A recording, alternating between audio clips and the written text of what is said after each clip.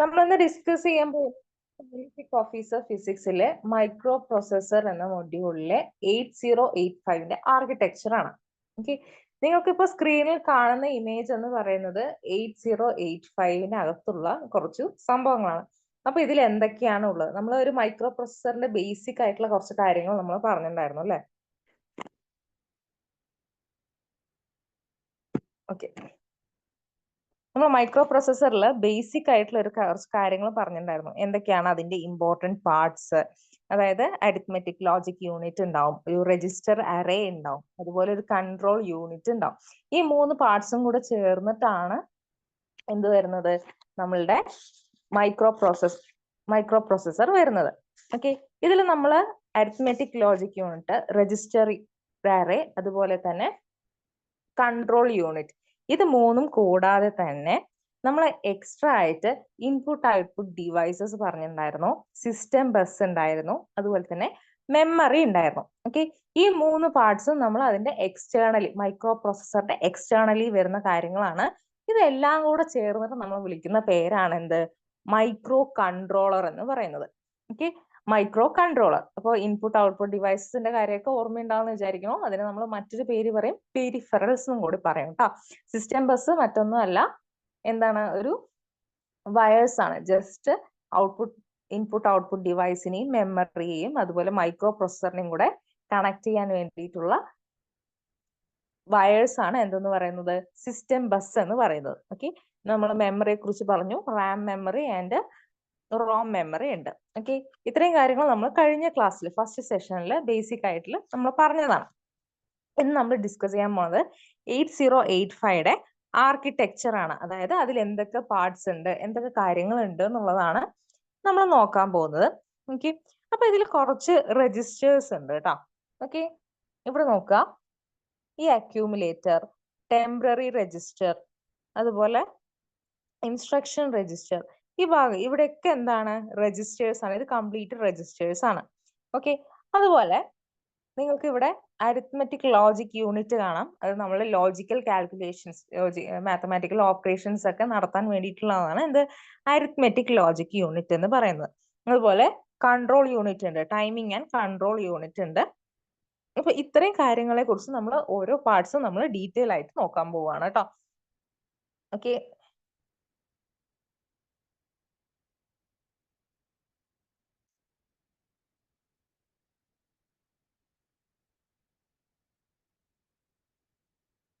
Okay, screen കാണുന്നുണ്ടെന്ന് വിചാരിക്കണം.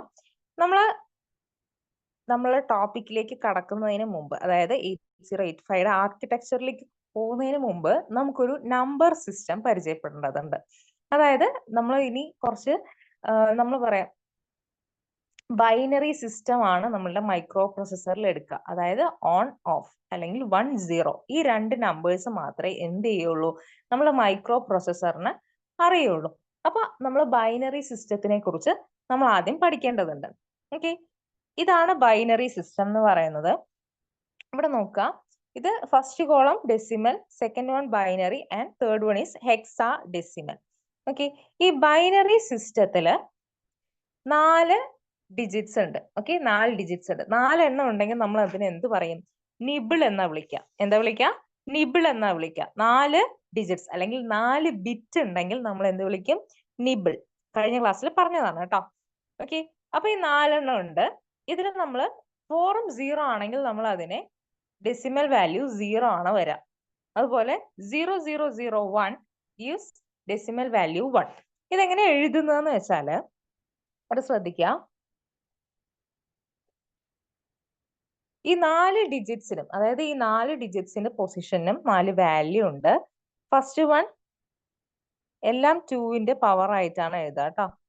Okay, 0 1 2 and 3. Okay, first decimal digit എന്ന് പറയുന്നത് എന്താണ്? 2⁻³ ആണ്. സെക്കൻഡ് ഡെസിമൽ ഡിജിറ്റ് 2² ആണ്. തേർഡ്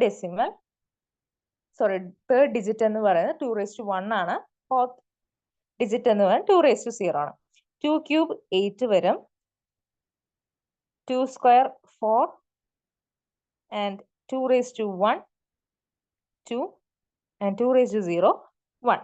ഓക്കെ, ഇതിന് കറസ്പോണ്ടിങ് ആയിട്ടാണ് നമ്മൾ വാല്യൂസ് കണ്ടുപിടിക്കുന്നത്. ഓക്കെ, ഇപ്പൊ സപ്പോസ് നമ്മുടെ വാല്യൂ 0 ആണെന്ന് വിചാരിക്കാം. ഓക്കെ,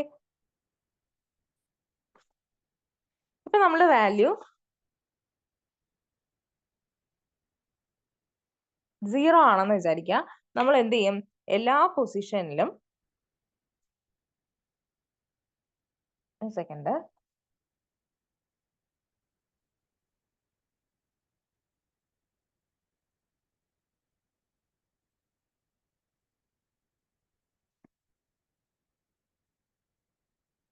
ഓക്കെ, എല്ലാ ഡിജിറ്റ്സും 0 ആണെങ്കിൽ നമുക്ക് എന്ത് പറയാം?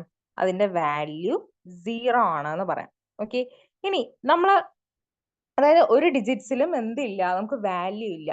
സപ്പോസ് നമുക്ക് അവിടെ ഒരു വാല്യൂ വരികയാണെന്ന് വിചാരിക്കാം. അതായത് 1 പൊസിഷനിൽ, അതായത് 1ന്റെ വാല്യൂ നോക്കാം. ഓക്കെ, 1 വരുന്ന സമയത്ത് നമുക്ക് എന്താ വരിക? ഈ 1 വരണമെങ്കിൽ ഓക്കെ 0 0 0 1 ആണ്.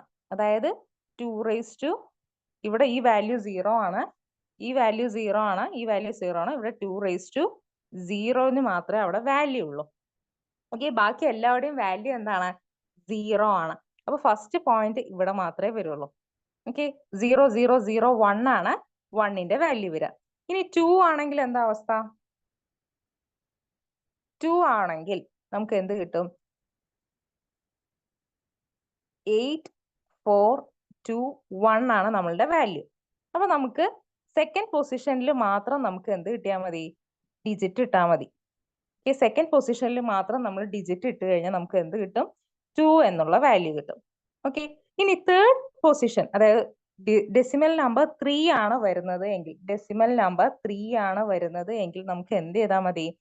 സെക്കൻഡ് പൊസിഷനിലും തേർഡ് പൊസിഷനിലും, സോറി, ഈ രണ്ട് പൊസിഷനിൽ നമുക്ക് വാല്യൂ ഇട്ട് കൊടുത്താൽ മതി. 2ഉം 1ഉം കൂടെ ആഡ് ചെയ്താൽ നമുക്ക് എന്ത് കിട്ടും? 3 കിട്ടും. സോ നമ്മളുടെ വാല്യൂ 0 0 1 1 വരും. ഓക്കെ, 2ഉം 1ഉം കൂടെ ആഡ് ചെയ്താൽ നമുക്ക് 3 കിട്ടും. സോ 0 0 1 1 വരും. ഇനി നമുക്ക് ഡെസിമൽ വാല്യൂ 4 ആണ് വരുന്നത് എങ്കിൽ നമുക്ക് എന്ത് ചെയ്താൽ മതി? ഈ തേർഡ് പൊസിഷൻ, ഈ പൊസിഷൻ നോക്കാം. ഈ വാല്യൂ മാത്രം നമ്മൾ എന്ത് ചെയ്യുക? അവിടെ നിർത്തുക. 0 1 0 0 നിർത്താൻ നമുക്ക് എന്ത് കിട്ടും? ഈ 4 മാത്രം കിട്ടും. ഇനി നമുക്ക് 5 ആണ് കിട്ടുന്നതെങ്കിൽ ഈ 4ന്റെ കൂടെ 1 ആഡ് ചെയ്താൽ നമുക്ക് 5 കിട്ടും. സോ 0 0 1 0 1 ആയിരിക്കും 5ന്റെ ഡെസിമൽ വാല്യൂ എന്ന് പറയുന്നത്. കിട്ടിയോ? 5ന്റെ ഡെസിമൽ വാല്യൂ എങ്ങനെയാ വന്നതെന്ന് കിട്ടിയോ? ഓക്കെ, ഇനി 6ന്റെ ഡെസിമൽ വാല്യൂവിനെ കുറിച്ച് പറയാം. 6ന്റെ വാല്യൂ കിട്ടണമെങ്കിൽ നമുക്ക് എന്ത് ചെയ്യണം? 8 4 2 1, 4ഉം 2ഉം കൂടെ ആഡ് ചെയ്താൽ നമുക്ക് 6 കിട്ടും. സോ 0 1 1 0 ചേർത്താൽ നമുക്ക് എന്ത് കിട്ടും? 6ന്റെ വാല്യൂ കിട്ടും. ഇനി 7 കിട്ടണമെങ്കിലോ 0 1 1 1 ചെയ്താൽ നമുക്ക് എന്ത് കിട്ടും? 7ന്റെ വാല്യൂ കിട്ടും. ഇനി 8 കിട്ടണമെങ്കിൽ നമുക്ക് എന്ത് ചെയ്താൽ മതി? 8ന്റെ വാല്യൂ മാത്രം അവിടെ നിർത്തിയിട്ട് ബാക്കിയെല്ലാം 0 ആക്കി കളയാം. സോ 1 0 0 0 ആണ് നമുക്ക് 8ന്റെ വാല്യൂ വരിക. ഓക്കെ, അഗൈൻ 9 എത്തുമ്പോൾ നമുക്ക് എന്ത് കിട്ടും? 8ന്റെ കൂടെ 1 കൂടെ ആഡ് ചെയ്യാം. അപ്പൊ 8ന്റെ പൊസിഷനിൽ 1 ഇടുക, അതുപോലെ 1ന്റെ പൊസിഷനിലും 1 ഇടുക. സോ 0 1 സോറി കേട്ടോ, 9ന്റെ വാല്യൂ വരിക 8 4 2 1 ആണ്. സോ ഇവിടെ 1 വേണം, 0 വേണം, 0 വേണം, 1 വേണം. അങ്ങനെയാണ് നമുക്ക് 9ന്റെ വാല്യൂ കിട്ടുക. ഓക്കെ, ഇനി അടുത്തത് 10ന്റെ വാല്യൂ കിട്ടണമെങ്കിൽ 1 0 1 0. ഓക്കെ, 8ഉം 2ഉം കൂടെ ആഡ് ചെയ്താൽ നമുക്ക് എന്ത് കിട്ടും? 10 കിട്ടും. നെക്സ്റ്റ് 11ന്റെ വാല്യൂയിലേക്ക് പോവുകയാണെങ്കിൽ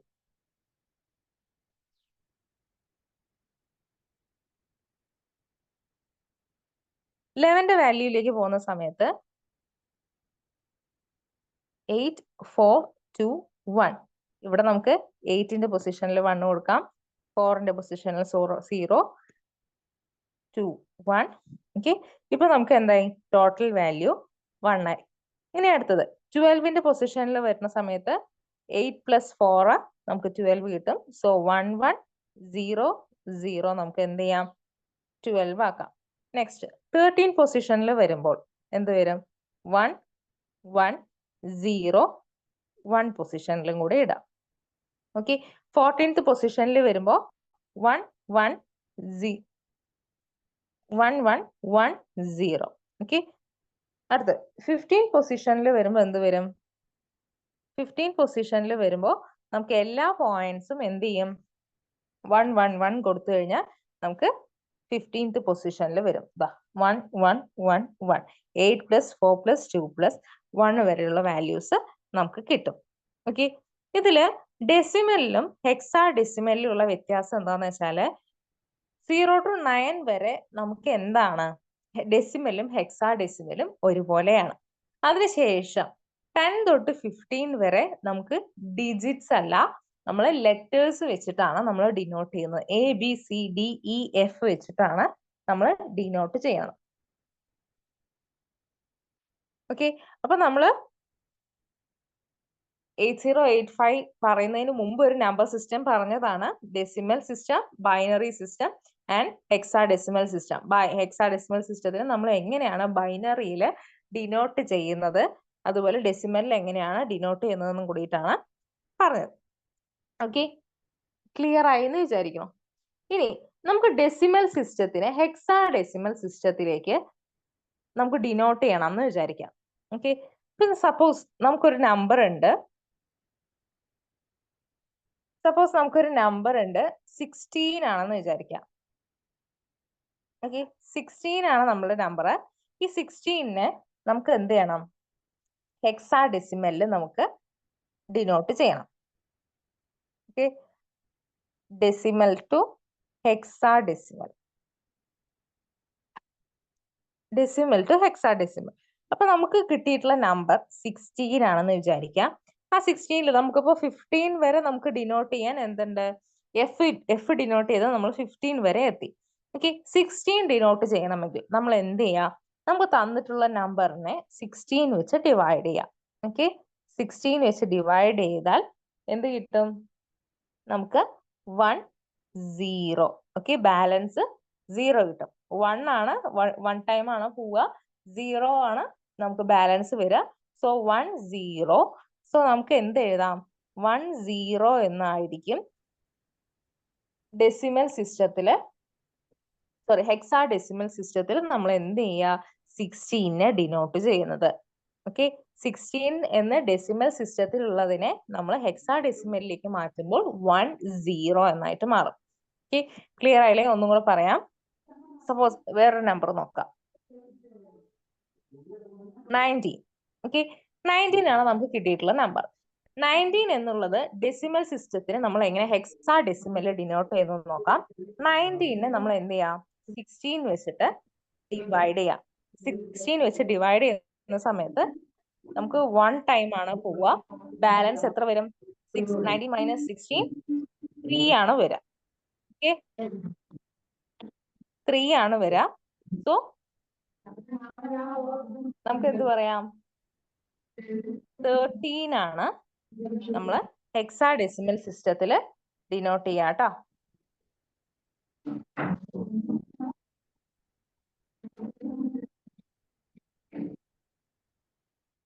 ഓക്കെ. 13 എന്നാണ് നമ്മൾ 19 ഡെസിമലിനെ നമ്മൾ ഹെക്സാഡെസിമലിൽ ഡിനോട്ട് ചെയ്യുമ്പോൾ 13 ആണ് വരാം.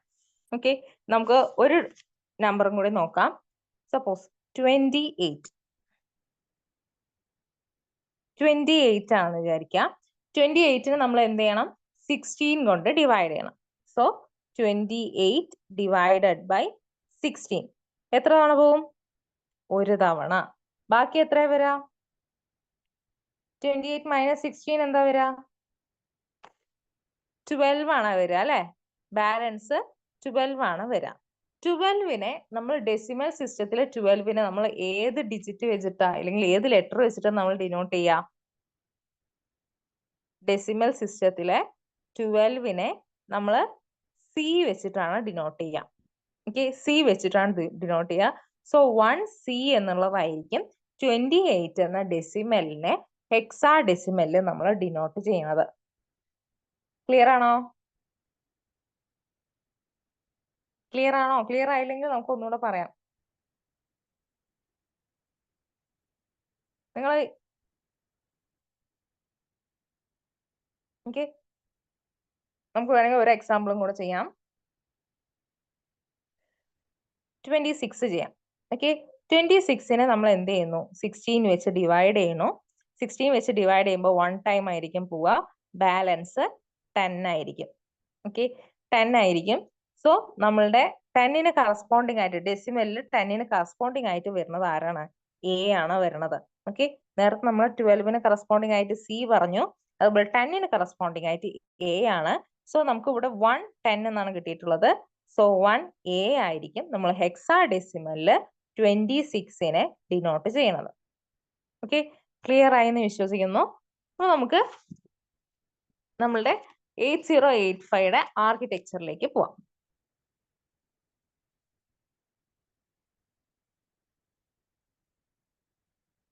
അപ്പൊ നമ്മൾ ആദ്യം ഫിഗർ കാണിച്ചു തന്നിട്ടുണ്ടായിരുന്നു അല്ലെ, നമ്മളുടെ കുറെ രജിസ്റ്റേഴ്സും അതുപോലെ തന്നെ ഒരു അരിത്മെറ്റിക് ലോജിക് യൂണിറ്റ് ഉണ്ടായിരുന്നു, ഒരു കൺട്രോൾ യൂണിറ്റ് ഉണ്ടായിരുന്നു, അതുപോലെ തന്നെ നമ്മളുടെ ഇൻപുട്ട് ഔട്ട്പുട്ട് ഡിവൈസസ് ഒക്കെ അടങ്ങിയിട്ടുള്ള ഒരു ഫിഗർ ഞാൻ കാണിച്ചു തന്നിട്ടുണ്ടായിരുന്നു. അപ്പൊ അതിൽ ഓരോ പാർട്സ് ആയിട്ട് നമ്മൾ നോക്കാൻ പോവാണ് കേട്ടോ. ആദ്യമായിട്ട് ബേസിക് ആയിട്ട് നമ്മളുടെ 8085 എന്ന് പറയുന്നത് ഒരു 8-ബിറ്റ് പ്രോസസ്സർ ആണ്. ഓക്കെ, ശ്രദ്ധിക്കുക, 8085 എന്ന് പറയുന്നത് ഒരു 8-ബിറ്റ് പ്രോസസ്സർ ആണ്. അതുപോലെ തന്നെ അതില് 40 പിന്നുകൾ ഉണ്ട്. ഓക്കെ, ഇപ്പൊ നമ്മൾ ഐസികളൊക്കെ കണ്ടിട്ടുണ്ടാവും അല്ലെ, ഐസികളൊക്കെ കണ്ടിട്ടുണ്ടാവും, ഇങ്ങനെ കാലുള്ള പിന്നുകളുള്ള ഐസി കണ്ടിട്ടുണ്ടാവും. അപ്പൊ നമ്മുടെ 8085ക്ക് 40 പിന്നാണ്, അതായത് രണ്ട് സൈഡും എന്താണ് 20 പിന്ന് വീതം ഉണ്ടാവും. ആൻഡ് അത് നമുക്ക് വർക്ക് ചെയ്യാൻ വേണ്ട എമൗണ്ട് ഓഫ് പവർ എന്ന് പറയുന്നത് 5 വോൾട്ട് ആണ്. 5 വോൾട്ട് ആണ് നമുക്ക് ഐസി ചിപ്പ് വർക്ക് ചെയ്യാൻ വേണ്ട എമൗണ്ട് ഓഫ് പവർ എന്ന് പറയുന്നത്. ഇത് നമുക്ക് റൺ ചെയ്യാൻ എത്ര ഫ്രീക്വൻസിയിൽ വരെ റൺ ചെയ്യാം? നമുക്ക് 3 മെഗാ ഹേർട്സിലാണ് നമ്മൾ ഇത് റൺ ചെയ്യണത് കേട്ടോ. ഓക്കെ, സോ 8085 എന്ന് പറയുന്നത് ഒരു 8-ബിറ്റ് പ്രോസസ്സർ ആണ്. ഇതൊരു 40 പിന്നുള്ള ഒരു ഐസി ചിപ്പാണ്. ഓക്കെ, 2 സൈഡ് 20 ഈച്ച് ഉണ്ടാവും. അപ്പൊ അതിൽ 40 പിന്നുള്ള ഒരു ഐസി ചിപ്പാണ്. നമുക്കിത് വർക്ക് ചെയ്യാൻ വേണ്ടത് ഒരു +5 volt of amount of power ആണ്. ഇത് വർക്ക് ചെയ്യാൻ നമുക്കൊരു മാക്സിമം ഫ്രീക്വൻസി റേഞ്ച് എന്ന് പറയുന്നത് 3 മെഗാ ഹെർട്സ് ആണ് കേട്ടോ. 3 മെഗാ ഹെർട്സ്.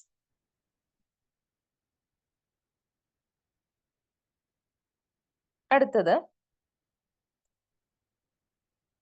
ശ്രദ്ധിക്കുക, ഇതിന്റെ ഡാറ്റ ബസ് വിഡ്ത്ത് എന്ന് പറയുന്നത് 8-ബിറ്റ് ആണ് കേട്ടോ. ഓക്കെ, ഡാറ്റ ബസ് വിഡ്ത്ത് എന്ന് പറയുന്നത് 8-ബിറ്റ് ആണ്. ഇതിന്റെ അഡ്രസ് ബസ് വിഡ്ത്ത് എന്ന് പറയുന്നത് 16 ബിറ്റ് ആണ് കേട്ടോ. ഓക്കെ, 16 ബിറ്റ് ആണ് ഇതിന്റെ അഡ്രസ് ബസ് വിഡ്ത്ത് എന്ന് പറയുന്നത്.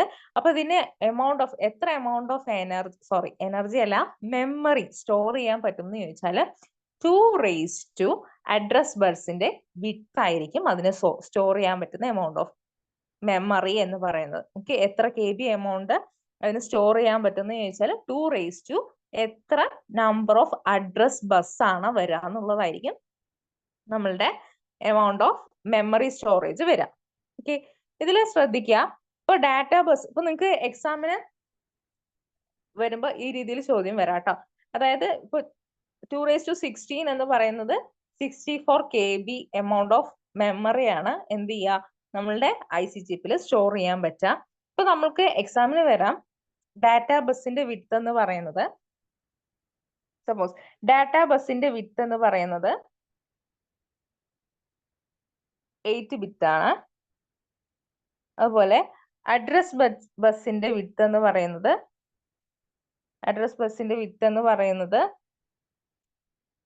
32-ബിറ്റ് ആണ്. മേ ബി ഫോർ എക്സാമ്പിൾ പറയുന്നതാണ് കേട്ടോ. 32-ബിറ്റ് ആണ് എങ്കിൽ തന്നിരിക്കുന്നതിൽ നമ്മളുടെ എത്ര എമൗണ്ട് ഓഫ് മെമ്മറി അതിൽ സ്റ്റോർ ചെയ്യാൻ പറ്റും എന്നുള്ളതാണ് ചോദ്യം. Okay, so 2 8, 2 32, 2 16, 2 4. ഓക്കെ, ഈ രീതിയിൽ ഡാറ്റാ ബസിന്റെയും അഡ്രസ് ബസിന്റെയും കാര്യം തന്നു കഴിഞ്ഞാൽ നമുക്കൊരു കൺഫ്യൂഷൻ ഉണ്ടാവും, ഏതാണ് അവിടെ പവറിൽ ഇടേണ്ടത് എന്നുള്ളത് നമുക്കൊരു ഡൗട്ട് വരും. അപ്പോൾ നിങ്ങൾ ഡൗട്ട് അടിക്കരുത്, അഡ്രസ് ബസിന്റെ വിഡ്ത്ത് ആണ് നമ്മൾ അവിടെ എന്ത് ചെയ്യേണ്ടത്, പവർ ആയിട്ട് എന്നിന്റെ പൊസിഷനിൽ നമുക്ക് വെക്കേണ്ടത് കേട്ടോ. ഓക്കെ, അപ്പോ അത്രയും amount of KB amount of മെമ്മറിയാണ് എന്ത് ചെയ്യാൻ പറ്റുക, ആ ചിപ്പിൽ സ്റ്റോർ ചെയ്യാൻ പറ്റുക. So 2 raised to n, where n is the number of address lines.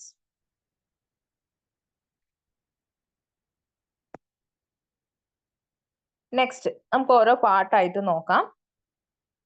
First one, arithmetic logic unit.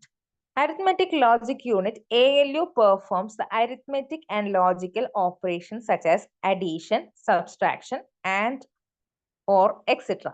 Okay, അതായത് ലോജിക്കൽ ഓപ്പറേഷൻസ് ഒക്കെ നടക്കുന്നത് അരിത്മെറ്റിക് ലോജിക് യൂണിറ്റിലാണ്. അവിടെ addition, subtraction, and gate, or gate ഒക്കെ അത്തരത്തിലുള്ള ഓപ്പറേഷൻസ് എല്ലാം അവിടെ ക്യാരി ഔട്ട് ചെയ്യും. It uses data from memory and from accumulator to perform operations. അപ്പോൾ അരിത്മെറ്റിക് ALU അതിന് ഡാറ്റ കളക്ട് ചെയ്യുന്നത് എവിടെ നിന്നാണ്? മെമ്മറിയിൽ നിന്നുമാണ്, അതുപോലെ തന്നെ അക്യൂമുലേറ്ററിൽ നിന്നുമാണ്. ഓക്കെ, സോ മെമ്മറിയിൽ നിന്നും അക്യൂമുലേറ്ററിൽ നിന്നുമാണ് അവരെന്ത് ചെയ്യുന്നത്? ഡാറ്റ കളക്ട് ചെയ്യുന്നത്. ഡാറ്റ യൂസ് ചെയ്യുന്നത് മെമ്മറിയുടെയും അക്യൂമുലേറ്ററിന്റെയും ആണ്. The result of arithmetic and logic operations are stored in the accumulator. Okay, നമ്മളുടെ ഓപ്പറേഷൻ കഴിഞ്ഞിട്ട്, അതായത് നമ്മളുടെ ലോജിക്കൽ ഓപ്പറേഷൻസ് കഴിഞ്ഞിട്ടുള്ള റിസൾട്ട് സ്റ്റോർ ചെയ്യുന്നത് എവിടെയാണ്? അക്യൂമുലേറ്ററിലാണ്. ഓക്കെ, സോ ALUവിനെ കുറിച്ചിട്ട് എത്രയാണ്? ബേസിക് ആയിട്ട് ലോജിക് ഓപ്പറേഷൻസ് നടക്കുന്നത് അവിടെയാണ്. അതുപോലെ തന്നെ ഇതില് ഡാറ്റ യൂസ് ചെയ്യുന്നത് മെമ്മറിയിലെയും അതുപോലെ തന്നെ അക്യൂമുലേറ്ററിലെയുമാണ്. അതുപോലെ തന്നെ നമുക്ക് കിട്ടുന്ന ലോജിക്കൽ ഓപ്പറേഷൻസ് കഴിഞ്ഞിട്ടുള്ള റിസൾട്ട് നമ്മൾ ഇനീഷ്യലി സ്റ്റോർ ചെയ്യുന്നത് എവിടെയാണ്? അക്യൂമുലേറ്ററിലാണ്. ഓക്കെ, ഇത്രയാണ് അരിത്മെറ്റിക് ലോജിക് യൂണിറ്റിനെ കുറിച്ച് പറയാനുള്ളത്. അടുത്തത് timing and control unit. It is a section of CPU. അതായത് കൺട്രോൾ യൂണിറ്റ് എന്ന് വെച്ച് കഴിഞ്ഞാൽ ആരെയൊക്കെ തമ്മിൽ കൺട്രോൾ ചെയ്യുന്നതാണ്? അതിന്റെ ഡാറ്റ ഫ്ലോയെ കുറിച്ച് ഇൻപുട്ട് ഔട്ട്പുട്ട് ഡിവൈസിലേക്കും മെമ്മറിയിലേക്കും കൂടെ കൺട്രോൾ ചെയ്യുന്ന ആളാണ് ആര്? കൺട്രോൾ യൂണിറ്റ് എന്ന് പറയുന്നത്. Okay, it is a section of the CPU. It is used to control data flow between CPU and peripherals. Peripherals എന്ന് വെച്ചാൽ എന്താ? പെരിഫറൽസ് എന്ന് പറഞ്ഞാൽ പുറത്തുള്ള ആൾക്കാരാണ്. അതായത് ഇൻപുട്ട് ഔട്ട്പുട്ട് ഡിവൈസിനെ നമ്മൾ വിളിക്കുന്ന മറ്റൊരു പേരാണ് പെരിഫറൽസ് എന്ന് പറയുന്നത്. പെരിഫറൽസിനെയും മെമ്മറിയെയും അതുപോലെ CPUയും തമ്മിലുള്ള ഒരു ഡാറ്റ ഫ്ലോ, ആ ഒരു ഡാറ്റ ഫ്ലോനെ കണക്ട് ചെയ്യുന്നതാണ് എന്തെന്ന് പറയുന്നത്? നമ്മളുടെ ടൈമിംഗ് ആൻഡ് കൺട്രോൾ യൂണിറ്റ് എന്ന് പറയുന്നത്. It is used to provide status, control and timing signals which are required for the operations of the memory and input output device. അപ്പൊ നമ്മൾ ഇതിൽ എന്ത് ചെയ്യും? നമ്മളുടെ ടൈമിംഗ് സിഗ്നൽസിന്റെ കൺട്രോൾ ചെയ്യാൻ അതൊക്കെ നമ്മൾ എന്ത് ചെയ്യും? മെമ്മറിയുടെ ഓപ്പറേഷൻ അതുപോലെ തന്നെ ഇൻപുട്ട് ഔട്ട്പുട്ട് ഡിവൈസിനെ കൺട്രോൾ ചെയ്യാനൊക്കെ എന്ത് ചെയ്യാൻ പറ്റും? ഈ കൺട്രോൾ യൂണിറ്റ് യൂസ് ചെയ്യും. It is used to control the entire operations of the microprocessor and peripherals connected to it. പറഞ്ഞ തന്നെയാണ് നമ്മളുടെ മൈക്രോ പ്രോസസ്സറിന്റെ എല്ലാ ഓപ്പറേഷൻസിനും, അതായത് അത് മൈക്രോ പ്രോസസ്സറും അതുപോലെ തന്നെ എക്സ്റ്റേണൽ ആയിട്ടുള്ള ഒരു മീഡിയം, അതായത് എക്സ്റ്റേണൽ ആയിട്ടുള്ള ഇൻപുട്ട് ഔട്ട്പുട്ട് ഡിവൈസിനെ ആയാലും മെമ്മറിനെ ആയാലും ഒരു ലിങ്ക് ഉണ്ടാക്കുന്നത് ആരാണ്? ഈ കൺട്രോൾ യൂണിറ്റ് ആണ്. മൈക്രോ പ്രോസസ്സറിന് അകത്തുള്ള ആളാണ് കൺട്രോൾ യൂണിറ്റ്, പുറത്തുള്ള ആളല്ല.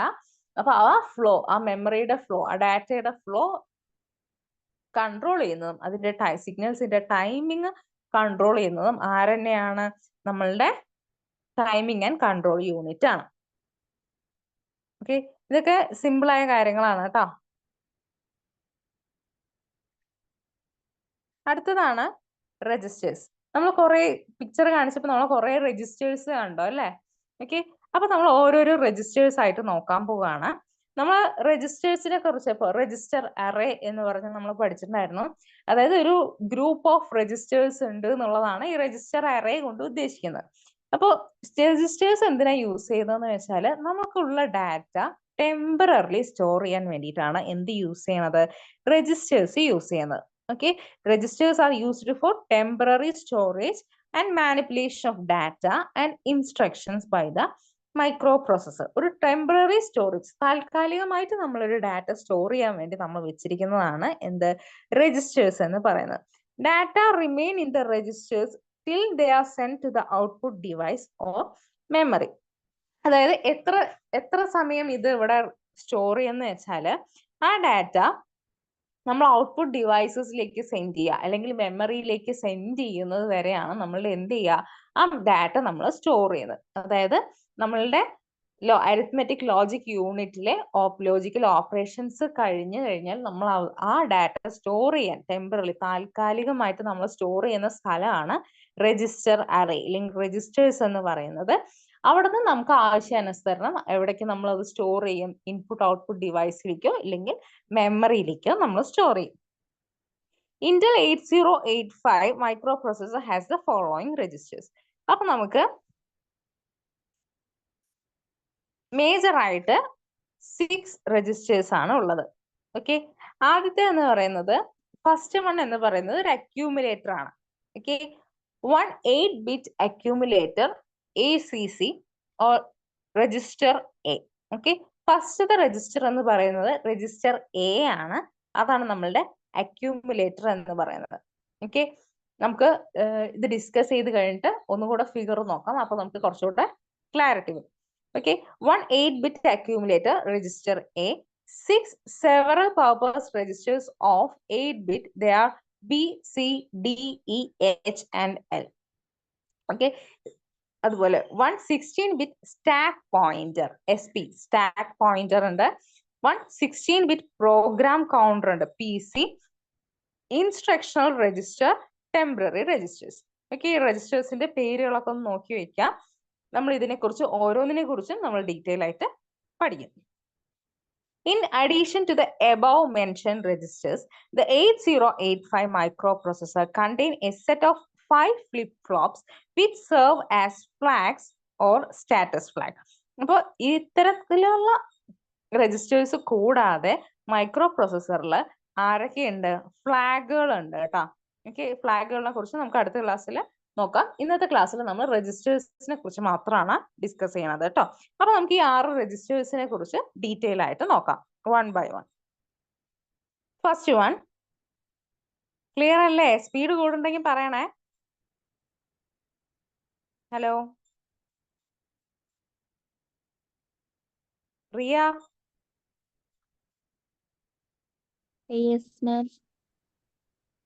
ക്ലിയർ ഇല്ലെങ്കിൽ സ്പീഡ് കൂടുതലാണെങ്കിൽ അപ്പൊ റെസ്പോണ്ട് ചെയ്യണം കേട്ടോ.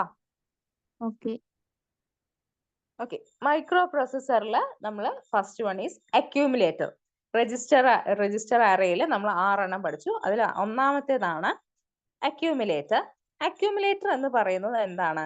ഒരു 8-bit രജിസ്റ്റർ ആണ്. ഓക്കെ, ഒരു 8-bit രജിസ്റ്റർ ആണ്. ഈ രജിസ്റ്ററിന് മറ്റൊരു പേരുള്ളത് എന്താണ്? രജിസ്റ്റർ എ എന്നുള്ളതാണ്. Okay, the accumulator is an 8-bit register associated with the ALU. ALU ആയിട്ട് അസോസിയേറ്റ് ചെയ്തിട്ടുള്ള ഒരു 8-bit രജിസ്റ്റർ ആണ് അക്യൂമുലേറ്റർ എന്ന് പറയുന്നത്. അതുപോലെ തന്നെ ഇതിന്റെ മറ്റൊരു പേരാണ് എന്തെന്ന് പറയുന്നത്? രജിസ്റ്റർ എ എന്ന് പറയുന്നത്.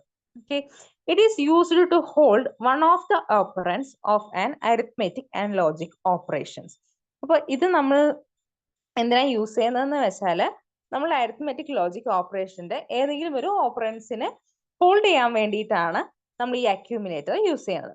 The final result of an arithmetic or logic operation is also placed in the accumulator. നമ്മൾ അക്യൂമുലേറ്ററിൽ എന്ത് ചെയ്യും?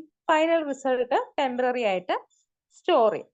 ഓക്കെ, ഇത്രയാണ് നമ്മളുടെ അക്യൂമുലേറ്ററിനെ കുറിച്ച് പറയാനുള്ളത്. ഒരു 8-bit രജിസ്റ്റർ ആണ്. അതുപോലെ തന്നെ അതിന്റെ പേര് രജിസ്റ്റർ എ എന്നും നമ്മൾ പറയാറുണ്ട്. അതുപോലെ തന്നെ അതിന്റെ ഡാറ്റ ടെമ്പററി ആയിട്ട് നമ്മൾ റിസൾട്ട് ഒക്കെ ടെമ്പററി ആയിട്ട് സ്റ്റോർ ചെയ്യാൻ യൂസ് ചെയ്യുന്നത് അക്യൂമുലേറ്ററിലാണ്. ALU ആയിട്ട് അസോസിയേറ്റ് ചെയ്തിട്ടുള്ളത് കൊണ്ട് ALU അടുത്തുള്ള ആളാണ് അക്യൂമുലേറ്റർ. അപ്പൊ ALU നിന്ന് റിസൾട്ടുകൾ വാങ്ങിച്ച് വേഗം കൈപിടിക്കാൻ പറ്റും ആർക്കാണ്?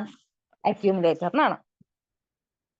അടുത്തത് general purpose register. General purpose രജിസ്റ്ററിൽ ഒരു ഗ്രൂപ്പ് നമ്മൾ പറഞ്ഞിട്ടുണ്ട്, B, C, D, E, H and L. Okay, ഇതില് 8085 microprocessor contains 6 8-bit general purpose register. ഇതില് 6 ടൈപ്പിലുള്ള 8-bit രജിസ്റ്റേഴ്സ് ഉണ്ട്. അതാണ് എന്ത്? B, C, D, E, H and L. ഇതില് നമുക്ക് ഈ B എന്ന് പറയുന്നത് 8-bit രജിസ്റ്റർ ആണ്. 8-bit രജിസ്റ്റർ ആണ്. D എന്ന് പറയുന്നത് 8-bit രജിസ്റ്റർ. അങ്ങനെ ഓരോ 6 രജിസ്റ്ററും എന്താണ് 8 ബിറ്റ് ആണ്. അപ്പൊ ഇവരെന്ത് ചെയ്യും, രണ്ടാളെ കമ്പൈൻ ചെയ്തിട്ടാണ് ഇവര് നിൽക്കുക. എന്നാലാണ് അവർക്ക് എന്ത് ചെയ്യാൻ പറ്റുക, ഒരു 16 ബിറ്റ് ആയിട്ട് അവർക്ക് ഫോം ചെയ്യാൻ പറ്റുള്ളൂ. ഇവിടെ നമുക്ക് നമ്മളുടെ ഇഷ്ടത്തിന് ഫോം ചെയ്യാൻ പറ്റില്ല. ഇതിനൊരു രജിസ്റ്റർ പെയർ, ഒരു വാലിഡ് ആയിട്ടുള്ള രജിസ്റ്റർ പെയർ ഉണ്ട്. അതാണ് DE, BC and H and L. Okay, ഇതാണ് ഇവരുടെ പെയർ എന്ന് പറയുന്നത്. ഓക്കെ, ഇതില് നമുക്ക് ജനറൽ പർപ്പസ് രജിസ്റ്ററിൽ 8 ബിറ്റ് ഉള്ള രജിസ്റ്റേഴ്സ് ഉണ്ട്. അതാണ് BC, DE, H and L. അപ്പൊ ഇത് നമുക്ക് സിംഗിൾ ആയിട്ടല്ല, നമുക്ക് സിംഗിൾ ആയിട്ട് നമ്മൾ യൂസ് ചെയ്യുകയാണെങ്കിൽ അത് 8 ബിറ്റ് ആയിട്ട് മാറും. നമ്മൾ പെയേഴ്സ് ആണ് യൂസ് ചെയ്യുന്നതെങ്കിൽ എന്ത് ചെയ്യും, 16 ബിറ്റ് രജിസ്റ്റർ ആയിട്ട് മാറും. ഓക്കെ, ഇത് നമുക്ക് ഈ കോമ്പിനേഷനിൽ തന്നെയാണ് യൂസ് ചെയ്യുക. ഇതിൽ H and L ആണ്, H and L പെയർ ആണ് നമ്മൾ മെമ്മറി പോയിന്റർ ആയിട്ട് നമ്മൾ യൂസ് ചെയ്യാം. ഓക്കെ, H and L നെ നമ്മൾ മെമ്മറി പോയിന്റർ ആയിട്ട് നമ്മൾ യൂസ് ചെയ്യും. Okay, H and L pair is used to act as a memory pointer. അപ്പൊ നമ്മൾ അക്യുമുലേറ്റർ കഴിഞ്ഞു, ജനറൽ പർപ്പസ് രജിസ്റ്റർ കഴിഞ്ഞു. അടുത്തതാണ് പ്രോഗ്രാം കൗണ്ടർ. പ്രോഗ്രാം കൗണ്ടർ എന്ന് പറയുന്നത് ഒരു 16 ബിറ്റ് രജിസ്റ്റർ ആണ്. ഓക്കെ, ഇത് എന്താ ചെയ്യണമെന്ന് വെച്ചാൽ it is used to hold the address of memory of the next instruction to be executed. ഇതില് എന്താ ചെയ്യുന്നത് വെച്ചാല് നമുക്കിപ്പോ ഒരു സീരീസ് ഓഫ് വാല്യൂസ് ഉണ്ട് എന്ന് വിചാരിക്കാം. ഓക്കെ, അപ്പൊ ഇതൊരു കുറേ ലൈൻസ് ആണ്. ഓക്കെ, ഇതിൽ നമുക്ക് ഏത് പ്രോഗ്രാം ആണ് എക്സിക്യൂട്ട് ചെയ്യേണ്ടത്. ഓക്കെ, നമ്മളിപ്പോ പറയാണ് ഇതിപ്പോ 2501 ആണെന്ന് വിചാരിക്കാം. നമ്മൾ ഇൻസ്ട്രക്ഷൻ കൊടുക്കുകയാണ്. ഓക്കെ, നമ്മൾ ഇൻസ്ട്രക്ഷൻ കൊടുക്കുന്ന സമയത്ത് 2501 എന്ന് നമ്മളൊരു ഇൻസ്ട്രക്ഷൻ കൊടുക്കുന്ന സമയത്ത് ആ പോയിന്റ് ഇപ്പൊ ഈ ലൈനിൽ എവിടെയാണോ, ആ പോയിന്റ് എവിടെ മുതലാണോ ചെയ്യേണ്ടത് ആ പോയിന്റ് അത് കണ്ടുപിടിക്കും. എന്നിട്ട് from the next stage onwards അത് എന്ത് ചെയ്യും, ആ ഇൻസ്ട്രക്ഷൻസ് ഫോളോ ചെയ്ത് കാൽക്കുലേഷൻസ് നടത്തും. ഓക്കെ, പ്രോഗ്രാം കൗണ്ടർ എന്ന് വെച്ച് കഴിഞ്ഞാൽ നമുക്കൊരു സീരീസ് ഓഫ് കൗണ്ടേഴ്സ് ഉണ്ടാവും. അതിൽ നമുക്ക് നമ്മൾ കൊടുക്കുന്ന പ്രോഗ്രാമിനനുസരിച്ചിട്ട് എവിടെയാണ് അത് വർക്ക് ചെയ്യേണ്ടത് നോക്കി അതിന് തൊട്ടടുത്തുള്ള പോയിന്റ് തൊട്ട് എന്ത് ചെയ്യും, ആ ഇൻസ്ട്രക്ഷൻസ് ഇല്ലെങ്കിൽ അഡീഷൻ ആണോ സബ്ട്രാക്ഷൻ ആണോ ഇല്ലെങ്കിൽ എന്ത് കാൽക്കുലേഷൻ ആണ് നടത്തേണ്ടത് അത് അവിടെ തൊട്ട് സ്റ്റാർട്ട് ചെയ്യും. Okay, it is used to hold the addition of the memory of the next instruction to be executed. The microprocessor increments the content of the next program counter during the execution of an instruction so that at the end of the execution of an instruction, it points to the next instruction address in the program. ഇതില് കുറെ ഉള്ള പോലെ തോന്നും. ഇതിൽ എന്താ സംഭവം എന്ന് വെച്ചാല് നമ്മളിപ്പോ ഒരു ഇൻസ്ട്രക്ഷൻ കൊടുത്തു. ഓക്കെ, 2501 ആണ് ഞാൻ കൊടുത്ത ഇൻസ്ട്രക്ഷൻ എന്ന് വിചാരിക്കാം. ഓക്കെ, നമ്മള് മൈക്രോ പ്രോസസറിന് കൊടുത്ത ഇൻസ്ട്രക്ഷൻ 2501 ആണെങ്കിൽ പ്രോഗ്രാം കൗണ്ടർ എന്ത് ചെയ്യും, അതിന് 1 ഇൻക്രിമെന്റ് ചെയ്തിട്ട് അവിടെ തൊട്ട് ഇൻസ്ട്രക്ഷൻ എക്സിക്യൂട്ട് ചെയ്യാൻ പോകും. അതായത് നമ്മൾ കൊടുക്കുന്ന ഇൻസ്ട്രക്ഷൻ 2501 ആണെങ്കിൽ നമ്മളെ PC പ്രോഗ്രാം കൗണ്ടറിൽ എടുക്കുന്നത് എവിടെ തൊട്ടായിരിക്കും, 2502 മുതലായിരിക്കും. ഓക്കെ, 1 ഇൻക്രിമെന്റ് ചെയ്തിട്ടായിരിക്കും ഫർദർ ആ പ്രോസസ്സ് എക്സിക്യൂട്ട് ചെയ്യുന്നത്.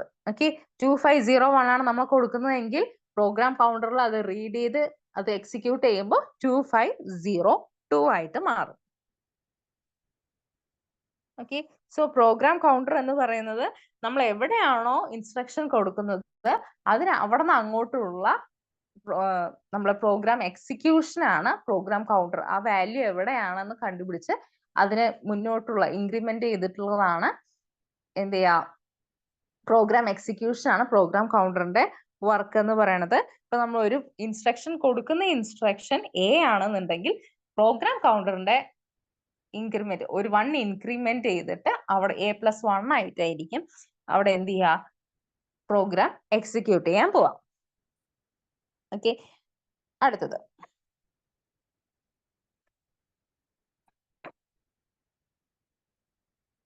Next one is